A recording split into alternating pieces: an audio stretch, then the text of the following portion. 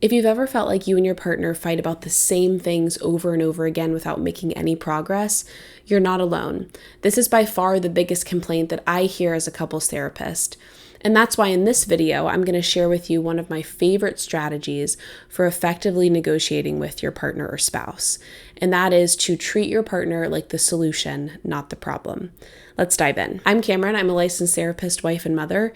And this is my channel, Modern Marriage, where I share with you guys all the tips, resources, and insights that I've gathered from working with couples in therapy so that you can start building the relationship that you've always wanted. So by the time couples come into therapy, to them, their problems seem virtually insurmountable, at least without some serious intervention by a third party.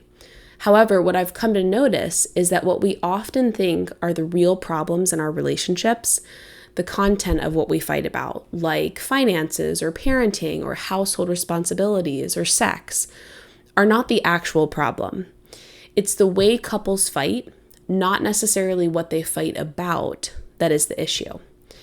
Just like you're going to have a runny nose and a stuffy head when you get a cold, you're going to get trapped in repeated arguments with your spouse on any number of issues when you approach your spouse as the problem rather than as the solution. Unfortunately, this approach, like the common cold, is exactly that. It's common. Not only is it modeled for us by most of the relationships that we witness in childhood and adulthood, it's also magnified by a common cognitive bias most of us have, at least to some degree. A cognitive bias that I'll explain in just a minute. But before I continue, please don't forget to like this video, subscribe to the channel if you want to see more content like this, and share this video with someone who you think might find it helpful. Okay, back to the video. This cognitive bias is called the fundamental attribution bias. And essentially, psychologists use this term to describe our tendency to attribute positive outcomes that we see in other people to external causes, like chance or circumstance, and negative outcomes in other people to internal causes, like that person's character or personality. But interestingly, we tend to do the opposite for ourselves. We like to take credit for the positives that happen to us, and we like to blame the negatives on something outside of ourselves. So let's look at an example of how it works. Think about the last time a stranger annoyed you, whether it was the person who cut you off in traffic, or the waiter who got your order wrong, or the cashier at the grocery store who was rude to you. What was your immediate reaction? Did you think, wow, that person must be having a rough day. I bet they usually aren't like that. Or did you think, wow, that is a jerk, idiot, or moron if I've ever seen one. Some people are just impossible to deal with. If you're like most people, you were probably closer to the latter sentiment. This is totally normal. And it turns out that we don't just do this with strangers. In fact, we're often just as likely to do this with our spouses as we are with people that we don't know, especially when we're in cycles of repeated conflict with our partner. When your husband forgets to take out the trash, for example, or is distracted during an important conversation, or is in a bad mood. For most people, we're far more likely to interpret that behavior as a sign of a character flaw than just a fluke. Even though we tend to do the opposite when we make a mistake or in a bad mood, we'll usually chalk that up to a bad day or a momentary lapse in judgment.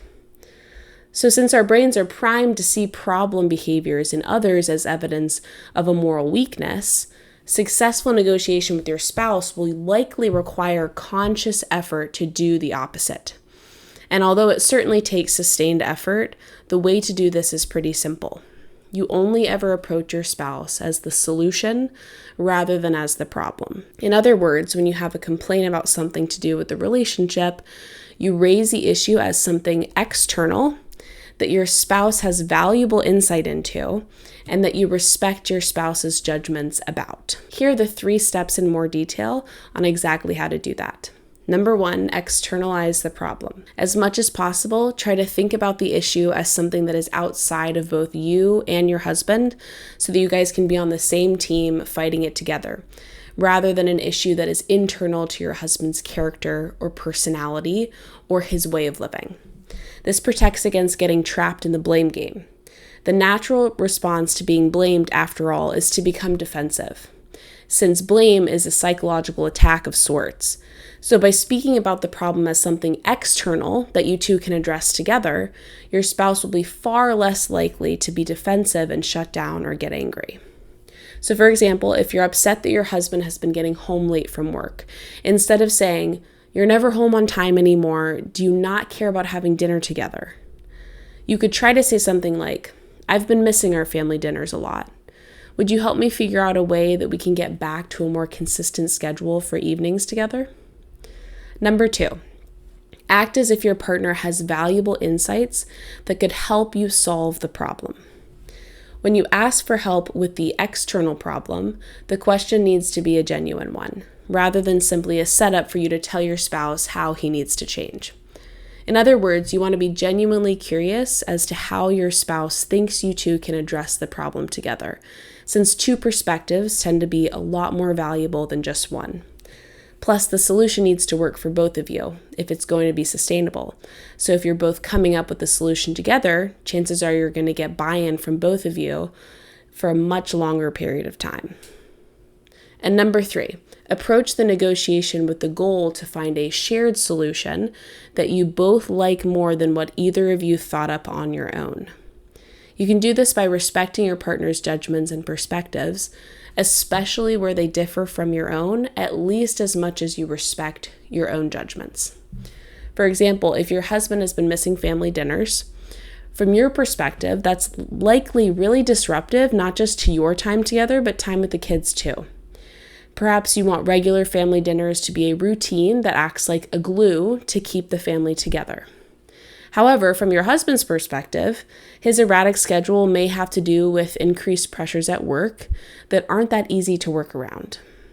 While these perspectives conflict, both are important to consider when coming up with a solution that works well for both of you, such as moving dinner later, adding other routine family time to your schedule, or simply waiting out a difficult season at work with more clear communication on what time your husband is likely to get home each night. This approach will certainly take some time and effort for you to integrate into how you and your partner communicate with each other, especially since it's not the natural way of communicating for most people.